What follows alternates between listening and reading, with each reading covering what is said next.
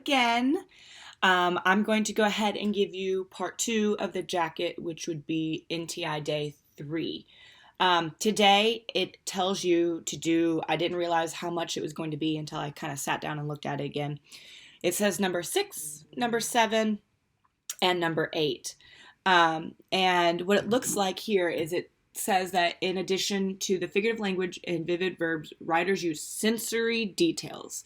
Let's talk a little bit about what are sensory details. We all know, because in 6th grade we know this, there are 5 sensory details. So that's the sight, smell, taste, hear, touch. I think I just got all 5 because 4 of them on your face and then 1 of them with your hand, which you're not touching your face because of the quarantine. But it is involving the 5 senses. So when we write, we want to make sure that we are connecting to the reader by including their 5 senses. Now, I'm not saying you have to, in every single thing you write, get all 5, like the smell of the tree and the taste of the food. Like, you don't need to do that. But with our writing, we do need to be descriptive enough so that you yourself could smell it, so that you yourself could taste it. And good writers are able to do that. Think back to any of the really good writing that you've read. Whether it be like Harry Potter for me. I know when they're in the feast for the first time in the first Harry Potter and there's the food is laid out and J.K. Rowling does such a good job that it jumps off the page and you can taste it. Like, my mouth waters when it talks about the pumpkin pie and it talks about the chicken that's like the chicken leg. And so what we need to do is figure out how, because you're going to rewrite that paragraph.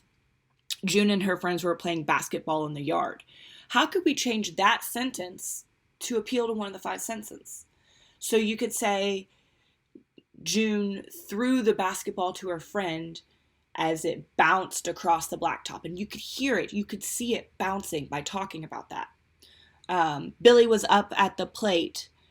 It's baseball. Sorry, let's back that up. June and her friends were playing baseball in her yard. Billy was up at the plate. So you could talk about him gripping. You could hear that gripping sound on the bat when he's up at the plate. So Billy was up at the plate and he gripped the bat. The plastic, crinkled under his hands, or the metal was cold to the touch. Just add in sensory language to make that paragraph, which is kind of boring, to make that paragraph pop, to make it like you're watching a movie, to make it so that you're living it. Think back to Flipped. When we read Flipped, you could see him being like, "Get off of me," from the writing. And then when we watched the movie, you could see it again. It was like you already knew what was going to happen because you saw it in your head. That's what I want you guys to do for number 6, is really focus on how to get that boring paragraph to pop off the page. And then for number 7, I want you to go back through the story Jacket, which we read yesterday and talked about. I want you guys to go back through that, and I want you to see where the descriptive language is. So that says type of descriptive language. It could be simile, metaphor, personification, onomatopoeia, any of those that you find. And then explain that descriptive language. What is it trying to show you? And then I want you to analyze that effect. See, I'm just going off of the chart here. We're going here. This is where you guys would be. Analyze the effect, basically saying, not just what is it telling you. Like if it says, let me find one real quick for you. I remember when the sleeve, it'll talk about coughing out the stuffing. Okay, what is that effect? Okay, you see that, okay, there's a rip, there's stuffing coming out. It's old, it's torn. But why? Why would we use the personification of it coughing? Think about when you cough. Maybe we've seen some people doing that right now. But when you cough, it's to show that you don't want that in your system anymore. You maybe got something stuck in your throat, and it's to get it out. It's kind of you don't necessarily think of a cough as a happy thing. And so why would the author say that the sleeve is coughing?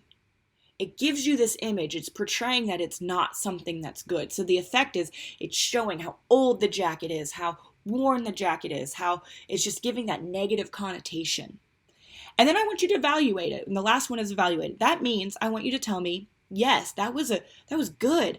I really visualized the worn down jacket. Or if the simile was confusing, evaluate it. Say, I didn't quite understand the connection in this metaphor. It would have been better if.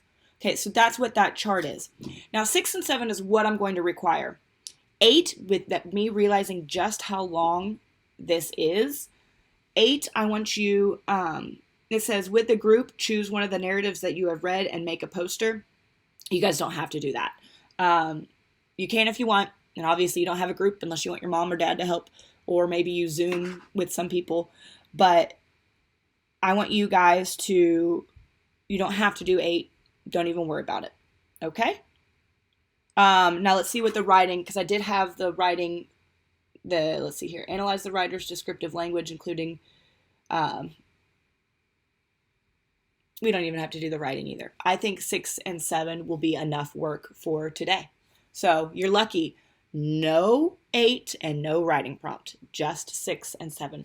Okay, well, I'm looking forward to seeing you guys at 1. I can't wait to hear what questions you have. Talk about the jacket again. Super excited.